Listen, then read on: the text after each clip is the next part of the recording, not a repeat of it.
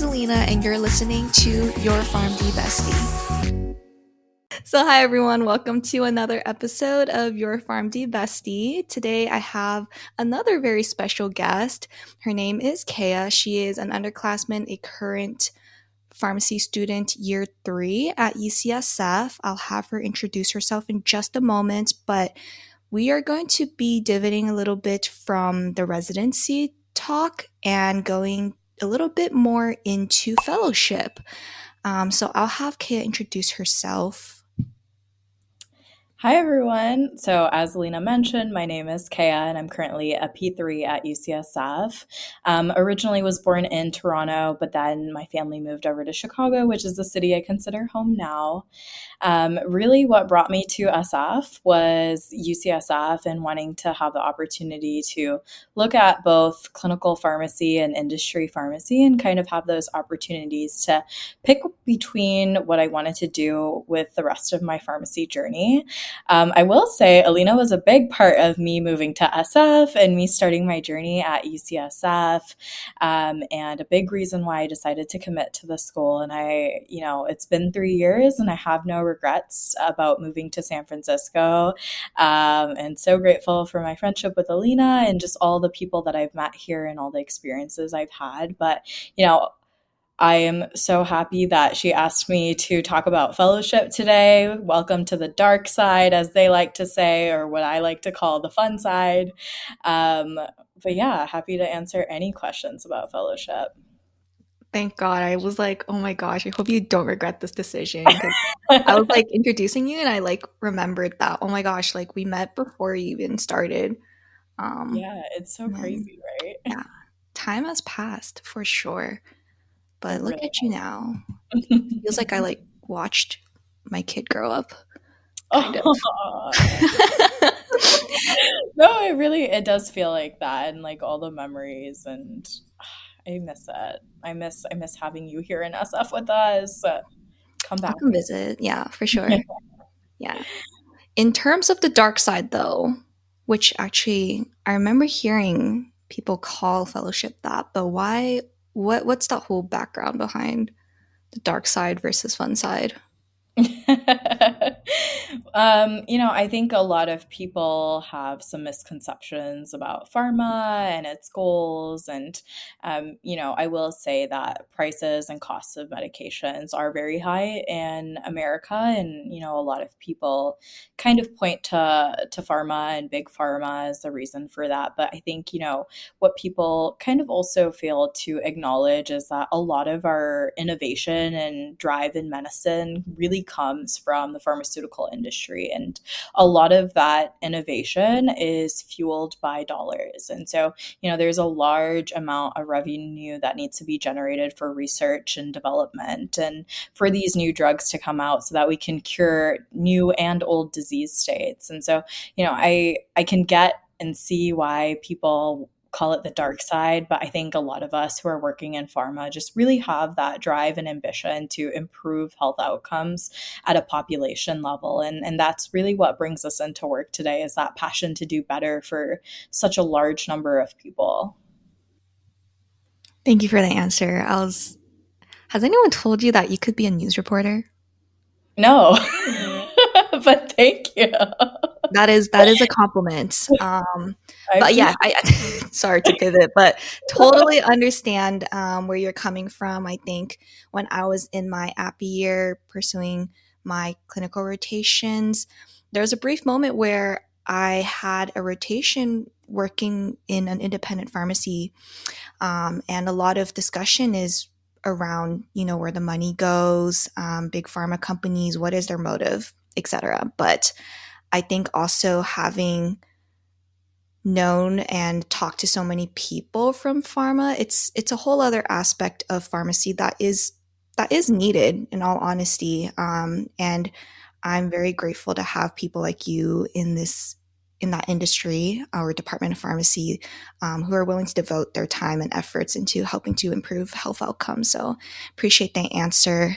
I guess you dove a little bit into like why fellowship, but could you talk a little bit more about what really drew you to fellowship over other pathways in pharmacy like residency, and what were there specific experiences that you had that really helped you finalize that decision? Yeah, absolutely. So I will say that, when I moved to San Francisco and I accepted my admission at UCSF, I was really like clinical pharmacy bound, and I really wanted to pursue residency at the time. Although, no, I think every pharmacist is a clinical pharmacist. So just to kind of add that in. But yeah, I really came here with the hopes of wanting to pursue residency, and what better place to do it than the birth of clinical pharmacy here at UCSF. So, my first year, I really devoted my time to learning more about residency and how to be best prepared for it, and really trying to get involved in RCOs, in organizations on campus that would gear me towards that path. And then I think my second year, I felt that I had kind of set myself up well to go the residency route. And that's when I decided that, as a student, you really have the opportunity to have an open mind. And this is the best place to learn about all your options, because as you get older and you are committed to a certain specialty or field, those options become more limited, and the education that's at your fingertips also becomes limited. And so I really wanted to take advantage of all of my opportunities being at such a large school, with so many different options. And I started to look into industry a little bit more. I'll be honest, I had started to hear whispers of industry pharmacy right before I moved to San Francisco when I was still in Chicago. And I knew that there was some pharma companies that were located here in the Bay Area. And so that's another reason why I did choose SF. I felt like, I could do the clinical route, but still have the opportunity to look into what industry means if that was going to be an option for me later on in my career. So I always wanted to end up in pharma, but for me, it was going to be more of like a mid-career switch rather than right off the bat. And so I think what really, changed the game for me is in my second year, I was on the team for the VIP case competition through IFO, or the Industry Pharmacists Organization, Value of Industry Pharmacy case competition. So I was on the commercial and marketing team, and I learned so much about the drug development process and what it really means to be an industry pharmacist and what kind of work they do. And although it was, not in an actual industry setting, I would say the competition, and the way our team at our school participates in the competition very closely resembles what actually happens in a pharmaceutical company. And I was able to realize how closely that experience emulates it. But after I had my API rotation at Gilead, and that was in medical affairs. And so really during that rotation, during those 6 weeks, I was able to learn so much about what an industry pharmacist does in medical affairs, and also what other roles pharmacists have within a pharmaceutical company. And I think those two key experiences are really what solidified the fact that, this is my calling, like this is what I want to do. This is where I best see myself. This is where I feel like the skills that I already kind of have will be best suited to a role working in a more like corporate style environment rather than an inpatient setting. Although I will say I loved my inpatient rotations, I will definitely miss my direct patient care experiences and building rapport with my patients. I will miss all of those things, but I feel like this is the way that I can have the impact that I came into pharmacy wanting to have. Thank you for sharing that. So, I think all of this talk about industry and fellowship and why you decided to go down that pathway, we haven't even talked about where you matched for fellowship. Are you comfortable sharing the exciting news? Because I also Absolutely. want to talk about the application process for it, but I think there's a lot of backing or reason why I wanted to invite you to talk for this podcast because again, like really proud of your journey and like where you've come to and where you're going to be going. So I'll have you share the news to the audience. Oh, thank you, Alina. Yeah, thank you for giving me the opportunity. So, yes, next year I will be a fellow. I will be a fellow through the University of Southern California Fellowship Program in partnership with Gilead Sciences. So I will be the inaugural Global Medical Affairs Fellow in HIV Prevention. Ooh, HIV prevention. Okay. I know I that's didn't a know that lot they of had like words. specific fields for that. Okay, that's very cool. So, in terms of when you were applying for fellowship, could you talk a little bit more about the timeline? What did that look like? When did you start the application?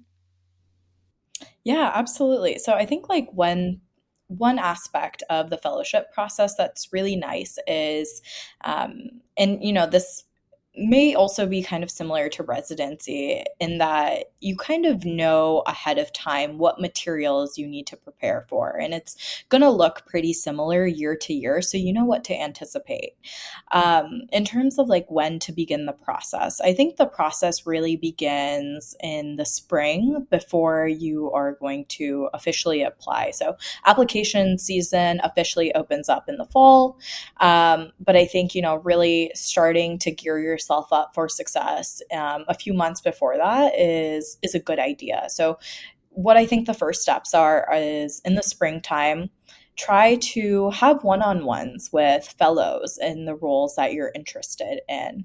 And maybe you don't know which companies or which positions you are interested in quite yet, but I think that's like the great thing of talking to those fellows and connecting with those one-on-ones, whether that's like, cold messaging on LinkedIn, or if you have a friend or someone else who can kind of connect you, just to learn a little bit more about what their experience has been like and what they do. And I think that can be really informative for one, if you feel like the company is a good fit for you; two, if that functional area is something that interests you; three, if that position in and of itself, those work and responsibilities are things you would be interested in. I think this is all like good information to kind of gather for yourself ahead of time. And the reason why I say to do it early is so that then moving forward, you kind of know what you're looking for in terms of what's important to you when you're looking to apply, but also just kind of getting a general sense of what you're going to apply in. And then these one-on-ones earlier, the earlier you do it, the more time the fellows kind of have, because later on in the season they get super swamped with like applications, and also everyone's reaching out kind of last minute. So if you can do it earlier, that's great. So that's step one. And then I think step two is looking out for the drug company brochures. So the brochures typically come out in August, I would say, for a lot of companies, and the brochures are basically just like these packets of information that list a lot of information about the fellowship program for that company, but also which positions are offering for that year. I will say year to year fellowships can change, so some can be added, some can be taken away. It really is all dependent on the company's budget for the year, and so that's why things are always changing. So keep an eye out for that. Look for those updated brochures. You can always look at previous year's ones if you're trying to get an idea for some roles and responsibilities and get an idea of the functional area, or learn more about the company. So that's always a good idea too. But look out for the new brochures in August time, and also start taking a look at what some of those program deadlines is so that you can best prepare your time. Because I know that, for me and all my fellow classmates that were applying for fellowship, all of our rotation schedules look different. So some of us were like in acute care rotations right in the thick of application season, whereas some of us were already done with our acute care rotation, so we had more time to focus on our application. So you want to make sure that you can manage your time wisely, because I will say the actual window for applying for fellowship is pretty small. So applications usually will open early October, at least for the big ones like Rutgers and USC. Those applications will open like early October, and they usually only stay open for about a week. I know for sure for Rutgers, and then USC, I think it's open for a little bit longer, or maybe also a week. There's also other fellowship programs like MCPHS and Northeastern. Northeastern has an earlier timeline. I believe their application opens up in like September. So that's why I think it's really important just to keep track of all those deadlines so that you can make sure that you meet them, because a lot of people will say you want to try to get your application in on the first day that it opens up because it's super competitive. And so there's like hundreds of people applying for the same position or for the one position that's available. And so you definitely want to make sure that you can get your application in earlier so that they can read it, since most of these places take applications on a rolling basis. So I would say that's kind of like the beginning steps. And then, there's interviews that start late October and go all the way up to ASHP mid-year. So most of your interviews will probably be online, especially the first few rounds. But just keep in mind that a lot of these places have multiple rounds. One company I interviewed with had like 6 rounds. Others typically usually have 3. Some will do final rounds at ASHP mid-year. Some will bring you on site to the company to interview. So it just looks very different for every company. So just stay aware. The applications materials that you need to apply are usually a letter of intent, 3 letters of recommendation, and a CV. So you kind of know these are the things that, every year they expect for you to have to apply. So you can get an idea, start thinking in the summer of who you want your letter recommenders to be. You can start making sure your CV is up to date. You can start thinking about what you would want to say in your letter of intent. So I think a lot of it is not things that will be surprising in terms of the application process. Wow, lots of great advice. Thank you for really breaking that down and explaining the process. Especially, I really like the advice that you gave at the beginning about, reaching out to fellows and doing more or less so like informational interviews with them ahead of time. That's a tip that I always recommend to people, no matter like where they're trying to go into, whatever job that they're trying to apply for. I'm a little bit curious. This is also like a little pivoting perhaps, but there's so many rounds of interviews. Like, how do you prevent burnout during that process? And also, I've heard so many like scary things about fellowship interviews, like that last round at ASHP. Like, if you're invited, that means like your chances of getting in are perhaps maybe higher, etc. It just all seems very like that networking piece is so important. How do you navigate through all of that, all of those scary emotions? Yeah, absolutely. It's a really tough, it's a very draining process, very scary, I will say, very anxiety inducing.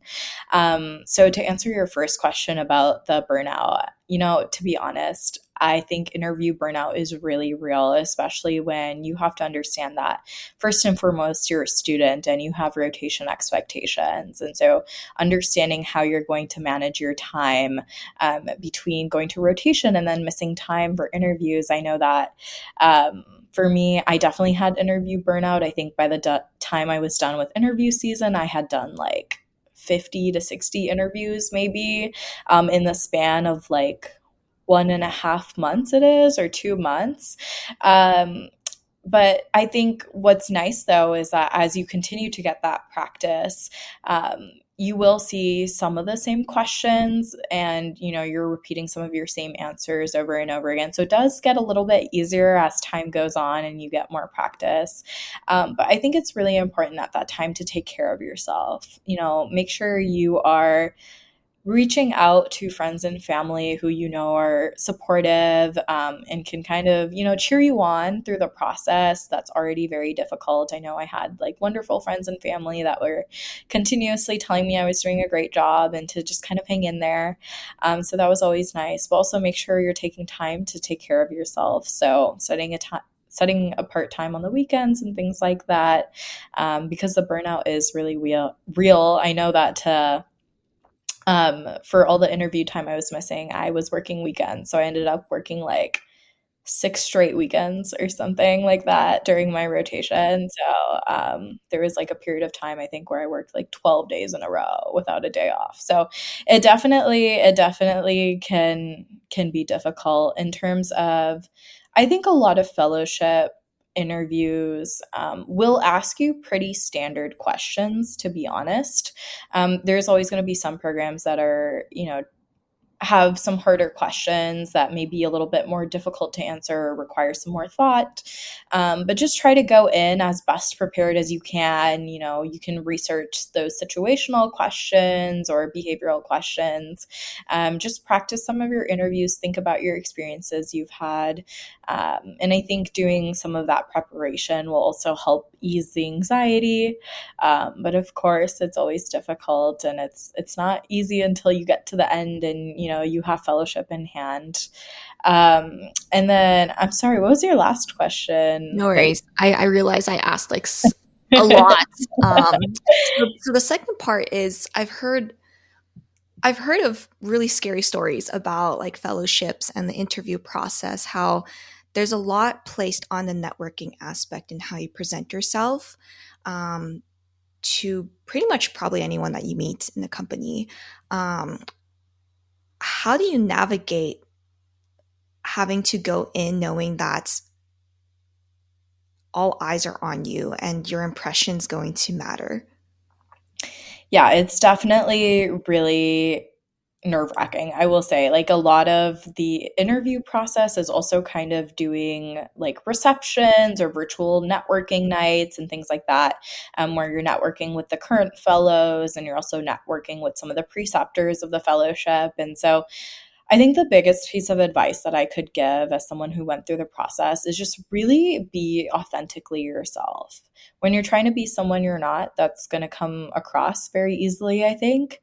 And also, as much as you want to work with as much as you want to work with them, they also want to work with you. So it's all about the right fit. And so it's really important that, you are being your genuine self so that you can see, like, does it feel compatible? Like, is it a right fit for you to be working with those people for either a year or 2 years? Because that's a really long period of time. And so I think when you start thinking about the networking, less as networking and more so like trying to build like genuine, lasting relationships and connections, I think it takes some of that pressure off.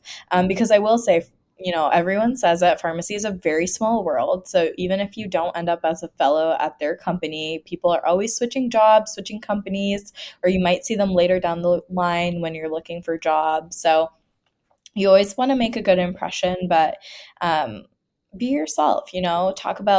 Talk about things that you're passionate about. Show them what your interests are, and they'll naturally want to they'll have questions for you, and just try to build as much of an authentic conversation as you can. So I really try not to think about it as networking, but rather just trying to get to know someone, and I feel like that really helps me. Great advice. Thank you for that. So we're kind of reaching the end of the episode, actually. I kind of wanted to talk a little bit more about how you ended up deciding which fellowship you wanted to apply for and ultimately which one you accepted an offer from. So if you could dive a little bit more into that. Yeah, absolutely. So I think, everyone has different factors they're considering when they look at fellowship. Some factors that were important to me, I was really interested in doing like medical strategy. And so that's one thing. So I knew I wanted to be in medical affairs, but specifically within the functional area of medical affairs, I wanted to be working with strategy. So that was one thing, looking for positions that were more related to medical strategy. Another thing was therapeutic area. So, which disease state do you want to work in? Maybe that's a factor for you. For me, my number one choice for a disease area was actually HIV, because that's what I did my research in at UCSF during my time here. So that was always something that was the top of the list for me. But I really thought that I wasn't super picky about I wasn't super picky about disease state, just because I thought that I could really gain any useful experience from any disease state. But, when you are applying, you want to make sure you know why you applied for that position and that disease state. So be able to speak on that. Um, and then some other things, location wasn't as important to me. I'm from Chicago. I'm no stranger to moved from Toronto as well. So I was happy to end up pretty much anywhere. I will say that, there was a part of me that was thinking that I was going to end up on the East Coast, just because there's so many fellowship programs and companies. More on the East Coast than the West Coast, I will say. But happy to have ended up here in SF for another year. But yeah, so location sometimes is important to people, depending on where you're from and where you want to be, and where you see yourself in the future. I think company is a big thing. Company culture was really important to me. Having my rotation at Gilead, I was able to see what a great workplace it was, and what a great work environment it was, and how the people there really took an invested interest in me and my career and my future, regardless of if it was for me to end up at Gilead or not. I met, some wonderful mentors there, that I still, keep in touch with today. And so I made a lot of long lasting relationships and friendships there. And so I knew that was a big reason why I wanted to end up at Gilead for fellowship. And yeah, I think those are like the big things. Consider also if you want to do a 1 year or 2 year fellowship. That's another thing. Thinking about how much experience you're going to get. I would say those were the big factors for me. Also thinking about the fellowship program, I knew I wanted to be part of a university affiliated program, just because I like that aspect of being able to be involved with the university and the offerings that are provided through that, like doing research or being able to take classes at the university, things like that. So I would say those are big considerations I think a lot of people think about. But yeah. Awesome. I didn't know that there was actually a lot more that goes into that process than I thought. So thank you for sharing about that. Yeah. And I'm also excited to see what you end up doing within the HIV population to help with the health outcome there. So awesome job. And then lastly, I guess you briefly talked about like the factors that you considered when applying, but what do you hope to gain out of your next year at Gilead? Yeah, absolutely. So, I'm really grateful for the experiences I've gotten through pharmacy school and the ability to really build and develop my clinical foundation in pharmacy. But I'm really hoping to take that one step further and be able to develop my skills that will help me excel in an industry setting. And so that's really learning about strategy and what goes into the commercialization of a drug, and how you support the life cycle of a medication once it's out, on the market. And so I'm really looking forward to doing a lot of those roles and responsibilities, as a fellow, and really developing my skills that will help me in a more corporate setting, right? So I think pharmacy school prepares us very well for the science aspect of things. And so I'm ready to kind of develop the rest of the skills I will need, as a fellow and as someone who's hoping to work in the pharmaceutical industry in the future. Yay! Awesome. I'm super, super excited for you. Keep me updated on how things go. So that concludes the episode for today. I want to remind listeners that if you have any questions, please send them in, or you can also DM us on any of our social media platforms, which includes YouTube, Instagram. We're also on Spotify and Apple Podcast.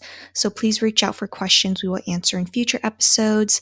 And thank you again, Keya, for coming on to this podcast to guest and talk about your experiences in fellowship. Listeners, tune in for the next episode. Again, if you have enjoyed this episode, please leave a review, like, and subscribe. Follow us on social media, all the usual. And yeah, I'll see you next time.